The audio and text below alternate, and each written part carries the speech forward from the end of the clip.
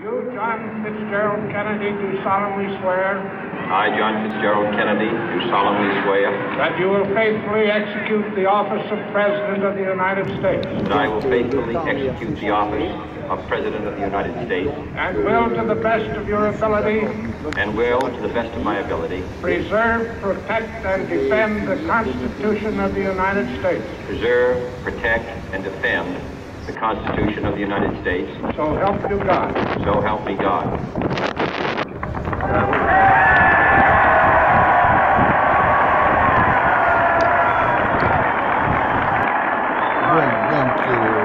L'exposition est à moment, c'est loin, et comme je suis un papito débrouillard et pas si bête que ça, j'ai trouvé une voiture avec une conductrice bien sûr, qu'elle la prenne et la conduise près de chez elle. Et ensuite elle va m'accompagner au numéro 1000 où il y a l'exposition.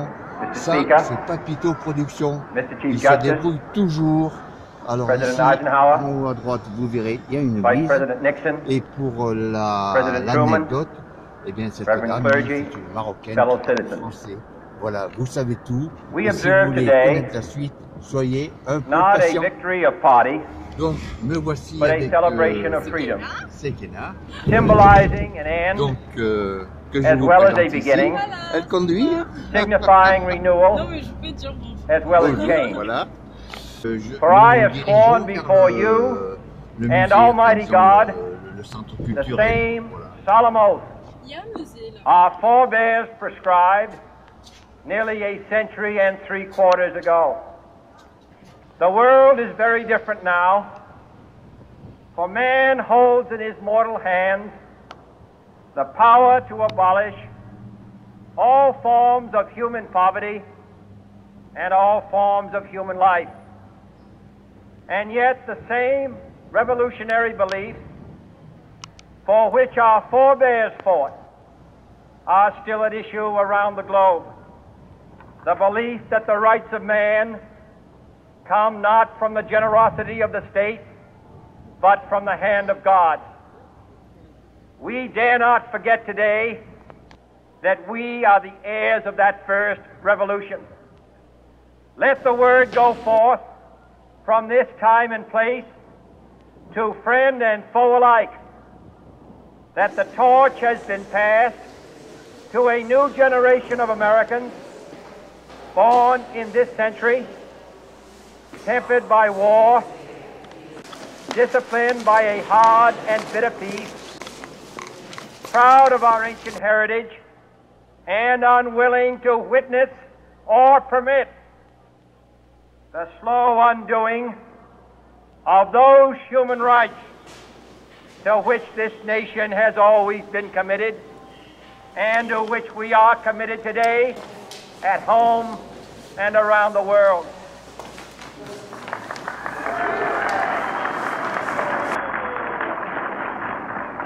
Let every nation know, whether it wishes us well or ill, that we shall pay any price, bear any burden, meet any hardship, support any friend, oppose any foe to assure the survival and the success of liberty.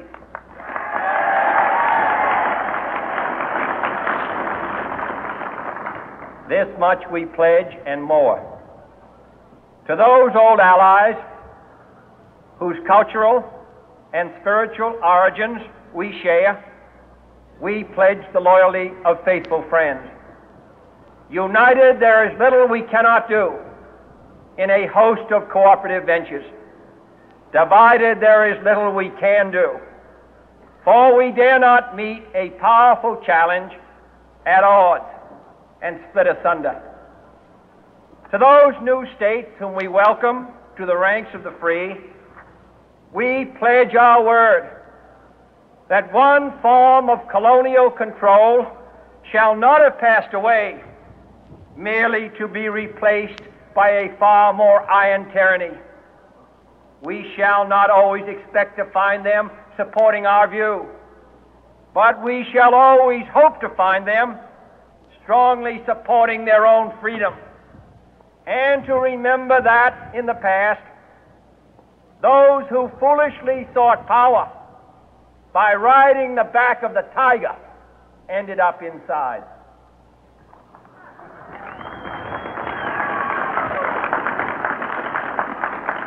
To those people in the huts and villages of half the globe struggling to break the bonds of mass misery, we pledge our best efforts to help them help themselves for whatever period is required, not because the communists may be doing it, not because we seek their votes, but because it is right.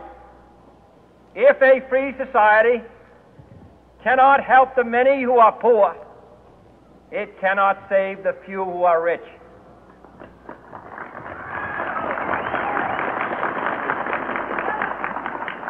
To our sister republics south of our border, we offer a special pledge to convert our good words into good deeds, in a new alliance for progress, to assist free men and free governments in casting off the chains of poverty.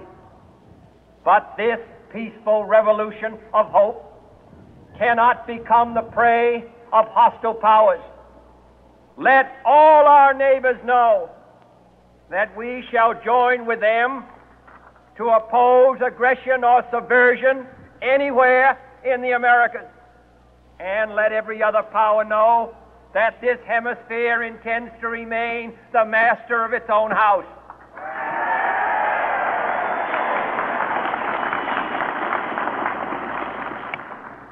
To that World Assembly of Sovereign States, the United Nations, our last best hope, in an age where the instruments of war have far outpaced the instruments of peace, we renew our pledge of support to prevent it from becoming merely a forum for invective, to strengthen its shield of the new and the weak, and to enlarge the area in which its writ may run. Finally, to those nations who would make themselves our adversary, we offer not a pledge, but a request that both sides begin anew the quest for peace. Before the dark powers of destruction, unleashed by science, engulf all humanity in planned or accidental self-destruction, we dare not tempt them with weakness, for only when our arms are sufficient beyond doubt can we be certain beyond doubt that they will never be employed. But neither can two great and powerful groups of nations take comfort from our present course, both sides overburdened by the cost of modern weapons, both rightly alarmed by the steady spread of the deadly atom, yet both racing to alter that uncertain balance of terror that stays the hand of mankind's final war. So let us begin anew, remembering on both sides that civility is not a sign of weakness, and sincerity is always subject to proof. Let us never negotiate out of fear, but let us never fear to negotiate.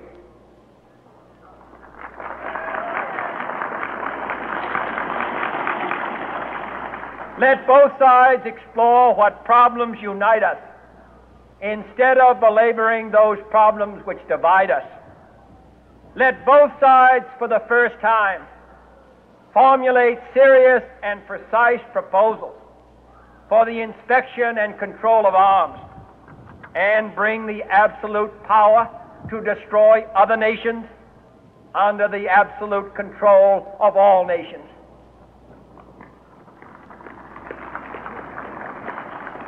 Let both sides seek to invoke the wonders of science instead of its terrors. Together let us explore the stars, conquer the deserts, eradicate disease, tap the ocean depth, and encourage the arts and commerce. Let both sides unite to heed in all corners of the earth the command of Isaiah to undo the heavy burden and let the oppressed go free. And if a beachhead of cooperation may push back the jungle of suspicion, let both sides join in creating a new endeavor, not a new balance of power, but a new world of law, where the strong are just and the weak secure and the peace preserved.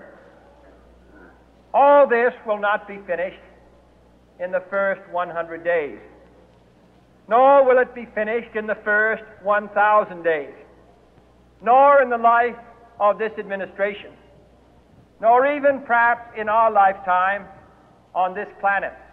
But let us begin.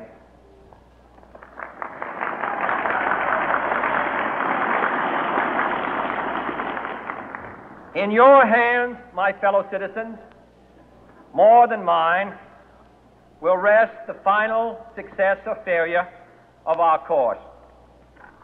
Since this country was founded, each generation of Americans has been summoned to give testimony to its national loyalty.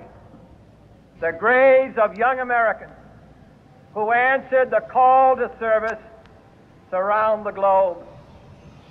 Now the trumpet summons us again, not as a call to bear arms, though arms we need, not as a call to battle, though in battle we are, but a call to bear the burden of a long twilight struggle, year in and year out, rejoicing in hope, patient in tribulation, a struggle against the common enemies of man, tyranny, poverty, disease, and war itself.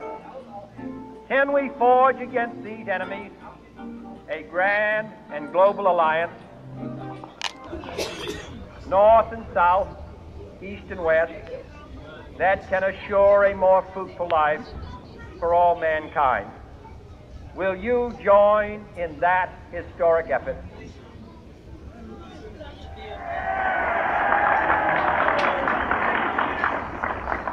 In the long history of the world, only a few generations have been granted the role of defending freedom in its hour of maximum danger. I do not shrink from this responsibility. I welcome it.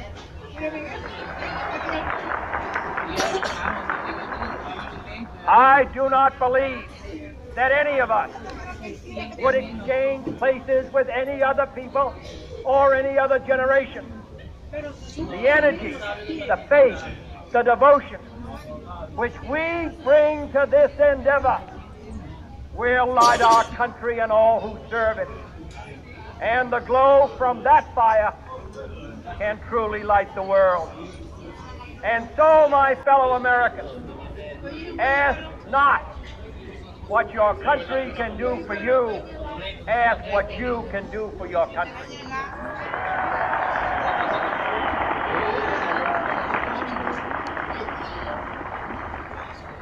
My fellow citizens of the world, ask not what America will do for you, but what together we can do for the freedom of man.